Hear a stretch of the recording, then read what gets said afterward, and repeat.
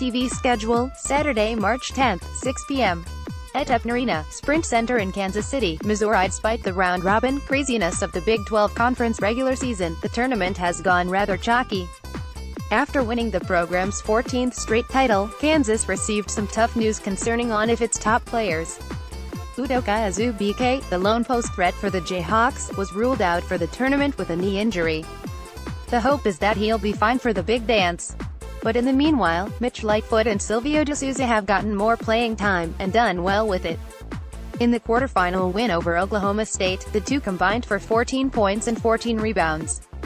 But the star was Malik Newman, who scored 30 points. The game was close at the half, but Kansas ran away with it in the latter half.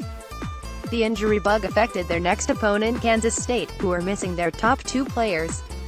It was a no match, with Kansas winning 83-67. Newman had another strong performance, going for 22 points. West Virginia had a road filled with tough defenses but prevailed over both Baylor and Texas Tech. Javon Carter averaged 17.5 ppg in those games, with Dexter Miles Jr. scoring 22 points to help beat the Red Raiders. The Mountaineers lost both times to the Jayhawks. But here are three keys that could change the third outcome. Point 1. Sabaga Kanate vs. the 5 for Kansas. When Kanate was in Morgantown, he was a menace to the Jayhawks, including 16 points, 10 rebounds and 5 blocks. He's progressed as a center and could dominate an Azubuike-less team. Azubuike had 21 points in the last game, but Bill Self will have to find a way to replace that production. Point 2. How the game is called. The big point of contention in the last game was the foul disparity. It was 35 free throw attempts for Kansas, to just 2 for West Virginia.